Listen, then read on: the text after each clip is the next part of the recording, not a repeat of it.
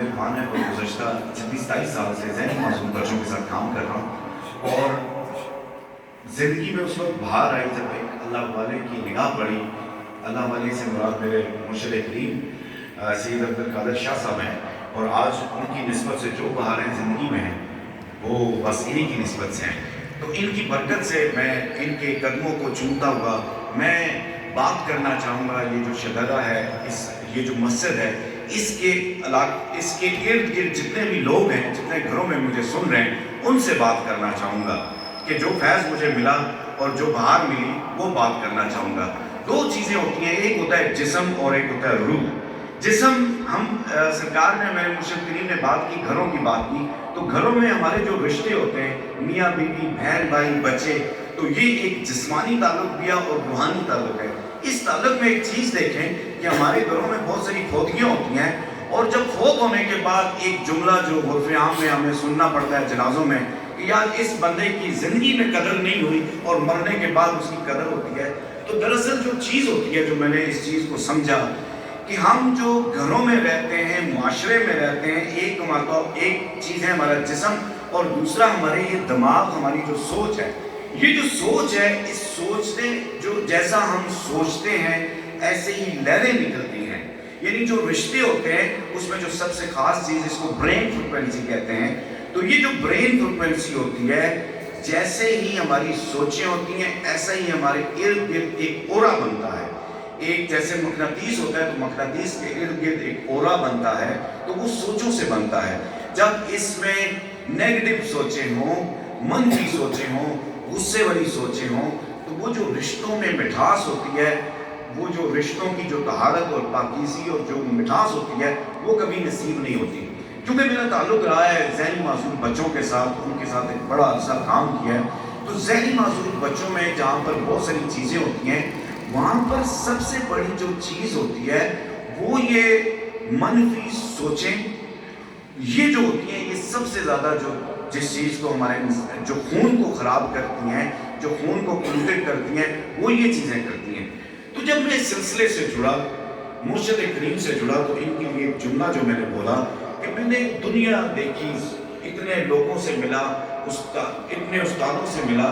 تو مجھے ان کے لیے جو جملہ ہے، میں یہ سمجھتا ہوں کہ یہ جملہ، یہ میری محبت میں ان کے لیے جملہ ہے کہ میں نے دنیا میں ان جیسی ہستی نہیں دیکھی، اس لیے کہ جو سوچوں کو بدل دے، جو سوچوں میں طہارت لے آئے. یہ کوئی عام بندہ نہیں ہوتا. جیسے ہم جسم کا وضو کرتے ہیں، تو اسی طرح ہماری سوچوں کا جو وضو ہوتا ہے، جو سوچوں کی جو پاکیزگی ہوتی ہے، یہ وہ اللہ والے ہوتے ہیں جو آپ کے باطن کو تبدیل کر دیتے ہیں. رشتوں میں بہار، گھروں میں بہار، رویوں میں بہار اس وقت آتی ہے جب آپ کسی اللہ والے کے ساتھ بیٹھتے ہیں. اور شدرہ کے جتنے بھی لوگ ارد گرد کے جو محلہ ہے، اس کو میں یہ کہوں گا کہ میں تو ایبٹ آباد سے آتا ہوں کہ بہار لینے، یہ قطرے لینے، یہ برکت لینے کے لیے. یہ تو ارد گرد جو رہتے ہیں، یہ تو بڑے خوش قسمت ہیں. موجودہ زمانہ جو ہے موبائل کا زمانہ ہے، اور اس موبائل کے زمانے میں جو ذہنی معذوریاں ہیں، ایک ماں ہے جس کے پیٹ میں بچہ ہے، اور اس ماں کو دیکھیں کہ وہ موبائل یوز کر رہی ہے. اس موبائل کی جو شعائیں ہیں، وہ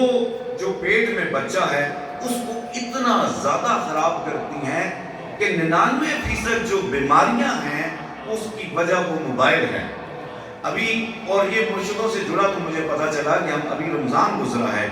کہ رمضان میں ہر چیز سے روکنا. تو اس میں مجھے پتا چلا، اس جہاں پہ مرشد کریم نے مجھے راوی ریحان شیخ اپنے دادا مرشد کے پاس بھیجا تھا، تو وہاں پر مجھے جو چیز، بہت ساری چیزیں سیکھنے کے لیے ملی. تو اس معاشرے میں ایک چیز ہے کہ ہمیں اس موبائل کا بھی روزہ رکھنا چاہیے. مراد یہ ہے کہ جو بچیاں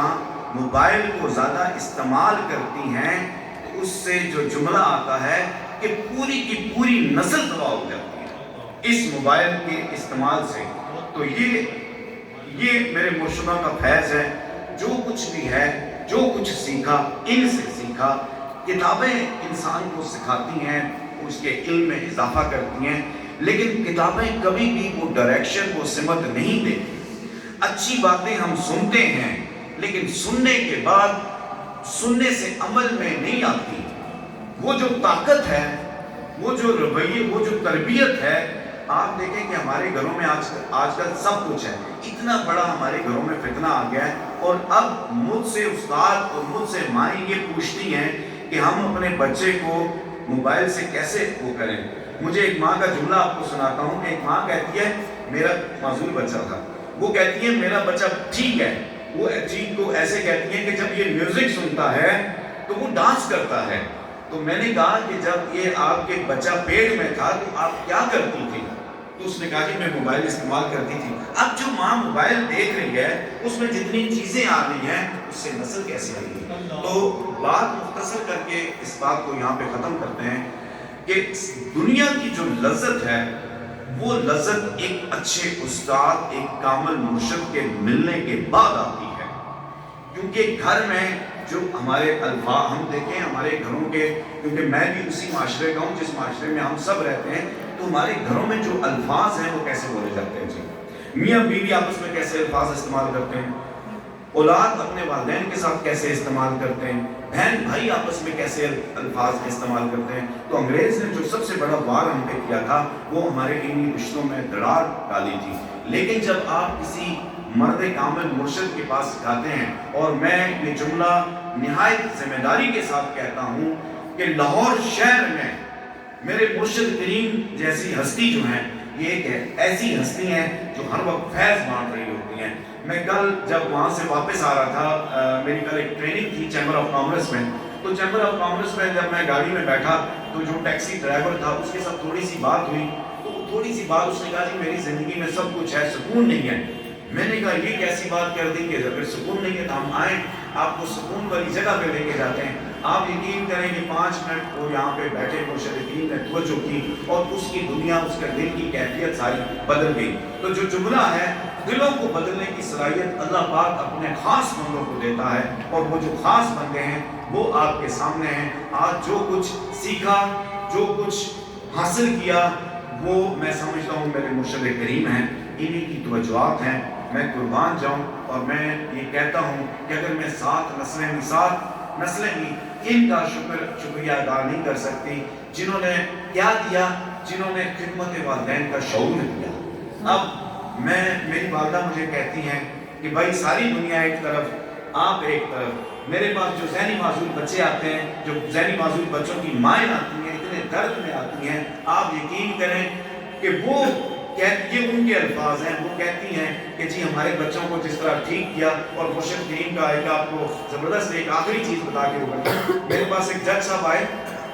اور جج صاحب آئے، ان کی بچی تھی 22 سال بچی،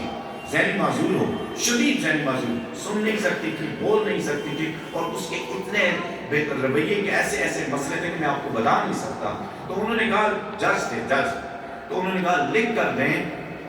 کر دیں کہ میری بیٹی جو ہے یہ 3 سال کے عرصے میں ٹھیک ہو جائے گی۔ آپ یقین کریں تصور میں اپنے مرشد کو رکھ کے میں نے لکھ کر دیا، اور میں نے لکھا کہ یہ میں محمد عرفان والمیر افسر اس بچی کے ساتھ آپ کو 70 سے 80% یہ ٹھیک ہوگی، اور آپ خوش ہوں گے۔ اس بچی کو آپ کے خاندان کا، آپ کے گھر کا فخر بنا دوں گا۔ آپ یقین کریں کہ وہ بس مرشدوں کی نگاہ تھی، وہ روحانی فیض تھا جو یہاں سے سیکھا، دل سے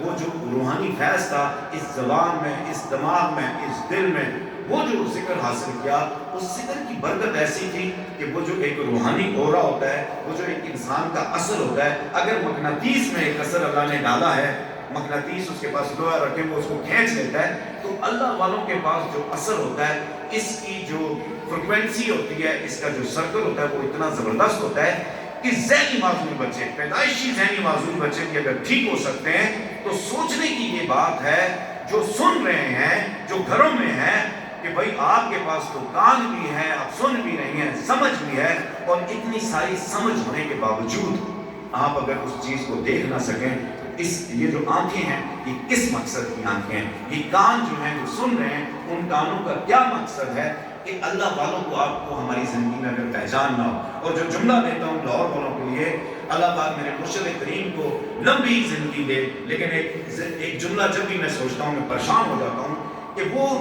کہ ان کی قدر اگر زندگی میں آپ کریں تو یہ بڑی اچھی بات ہے۔ آپ لاہور والوں، شگرے والوں سوچو کہ جب ایسی ہستی، ایسی دوسروں کے لیے درد رکھنے والی ہستی، دوسروں کے بچوں کے بارے میں فکر کرنے والی ہستی، آپ کی نمازوں کے بارے میں سوچنے والا، آپ کو اللہ سے تعلق جوڑنے والا، آپ کے رشتوں میں مٹھاس لانے والا، جب ایسے بادفاع ہستیاں دنیا سے جاتی ہیں تو یقین کریں کہ زندگی میں ایسی کسر، ایسا درد، ایسا المیہ انسان کو آتا ہے، وہ کہتا ہے یار افسوس میں اس کو زندگی میں کیوں نہیں پہچان سکا۔